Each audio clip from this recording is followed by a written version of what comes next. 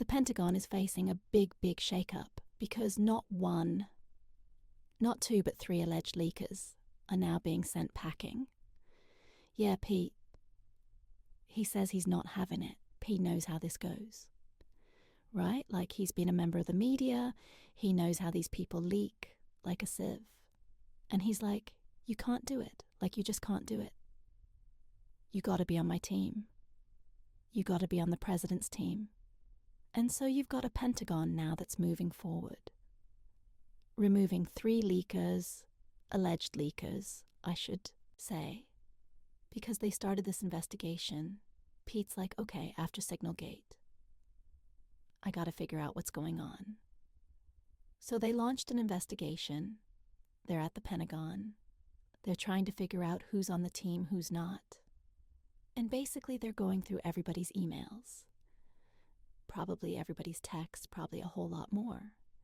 And they're getting rid of people that they do not believe are really on their side. And that would include the latest and greatest addition, this gentleman right here, who is being alleged to have been leaking along with 2 others. So this is just incredible.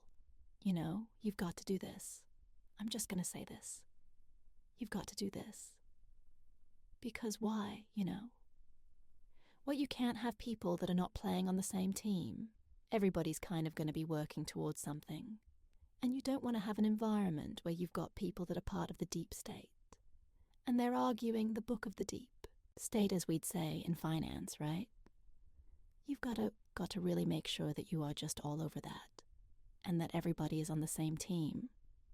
So this guy right here, his name is Colin Carol, and he was the chief of staff to the Deputy Defense Secretary, Stephen Feinberg.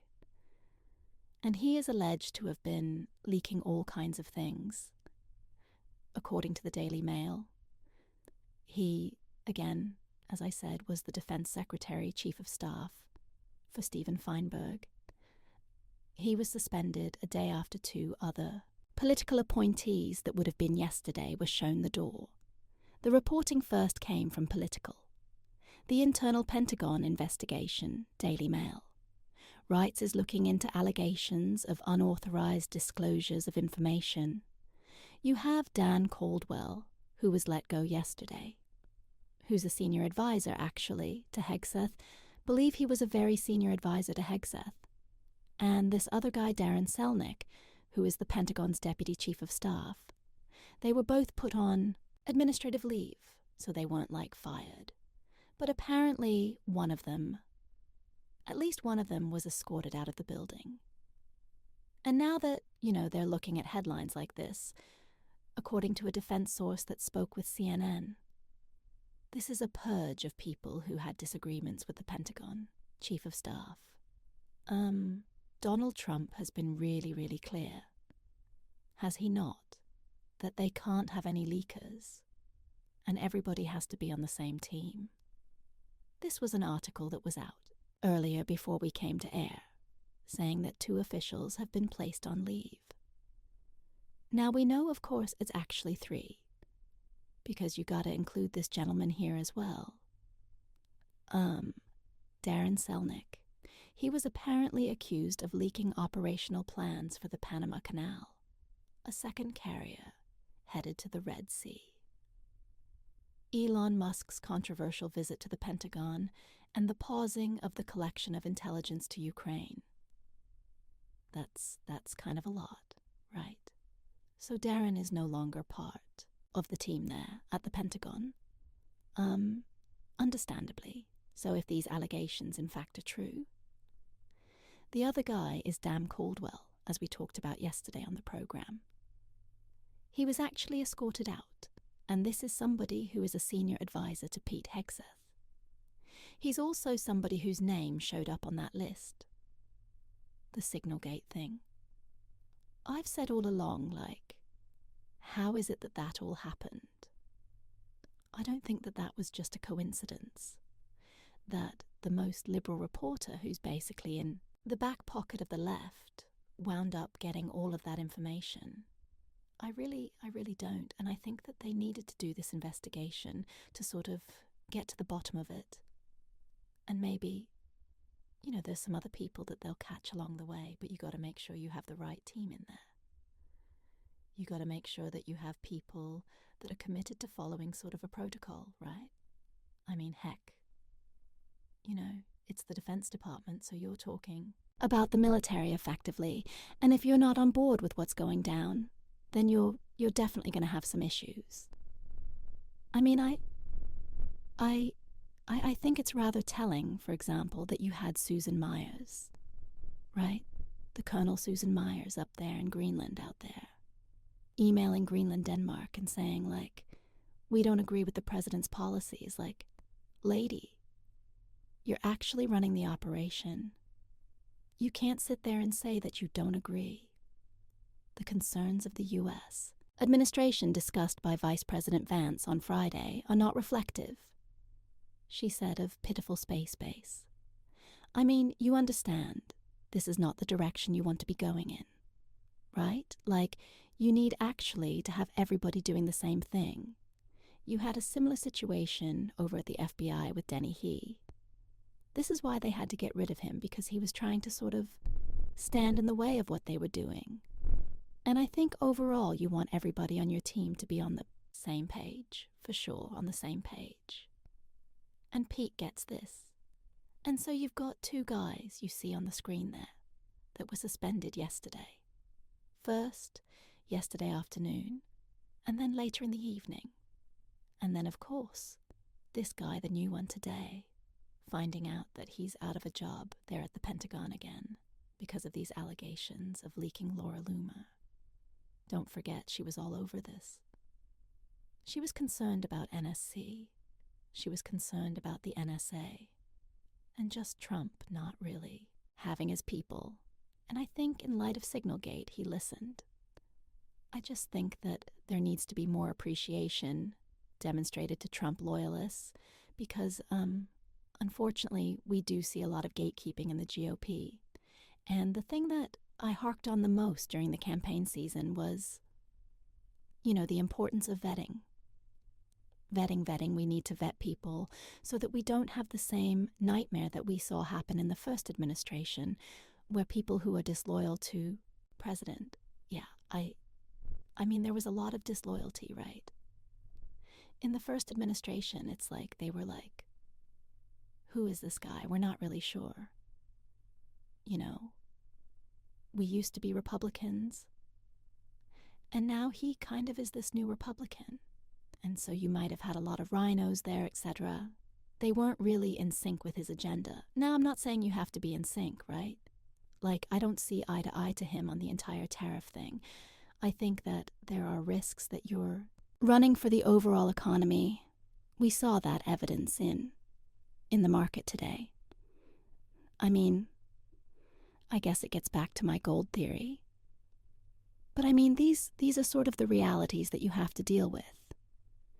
But you have those conversations, and you don't conspire against the president with the press. If you're working for the President of the United States, you don't conspire against whatever Pete Hegseth is trying to achieve with the Panama Canal by going out and doing something else with the press. And forgive me, the NSA director, former NSA director, is here on the screen. You see his picture. He was also the Cyber Command Chief. Timothy Hall. He was fired. He was fired, if nothing else, for the reason that they were like, we're not so sure. We get it. He's a general. He's a military guy. He shouldn't be partisan, but he was a pick of General Milley, and he was a pick of Biden.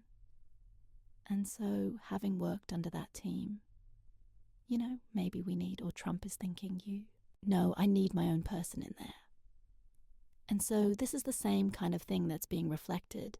If you would at the Pentagon right now repeats like, I kind of need my own people, right? I can't take these massive chances with people that are going to be leaking really important information to the press. I would just say this. Why do you do it? Like, is it that great to talk to us folks in the press? Like, I don't think we're that exciting, right?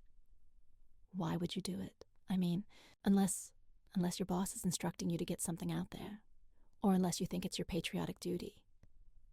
I mean, hey, if it's your patriotic duty, come join me over on the podcast scene, right? Like, be out there, be open, be vocal. Don't be some little turd behind the scenes, running and snitching on everybody. That is not the way to do things. If you have a problem, you come out, you say it. You don't go and start feeding junk to reporters. It's just not the way it should be done. And if you have people like that, you gotta get rid of them. You gotta get rid of them fast. Because Trump deserves that. He deserves the opportunity to have his own people there, by his own people, doing his own thing. You heard me mention tariffs, of course, and you've heard my views on that. And you're going to get to hear more before I get too deep into it. And more stories that we got to get to because of Van Holland is getting just ashamed. Shamed. Ladies and gentlemen, down there in El Salvador, we'll get to that. But first, with the market being in such turmoil, I want to just remind you, we're there for you at 76 Research. Go and subscribe today. It's just $1 a month. We have tremendous portfolios as well, with 10 to 15 stocks in each one. These are not updated as of today numbers, but you can see how successful they've been. The inflation protection portfolio, the income builder portfolio. These are portfolios that are faring better than the market. You know, why? Because we have these defensive plays in there. We really feel strongly that you need that defensive opportunity because this volatility is massive right now. And you know what? There's actually some good buys. So how do you value companies? In light of all this, this is what we get into. So take a look at 76 Research. Check it out, use code word $, for the report. But I gotta tell you, the real value for you as an investor is looking at this 10 to 15 stocks that we track and we put into our portfolios to try and create the best opportunities for you, because this market, it's really pretty wild. It is absolutely crazy and totally wild. And I don't think that's going to necessarily change in the near future. I actually think we're going to have more volatility to come. And the reason I think that is just because this particular White House is now getting in there with some economic chops and they're throwing their weight around. And there's some different varying opinions. I think Scott Benson has one, and Peter Navarro has another, and it will all get shaken out in the wash, right? But it doesn't mean that it's going to be easy as we get there. And that's okay, because you can still make money in that kind of environment. And that's what we want you to know.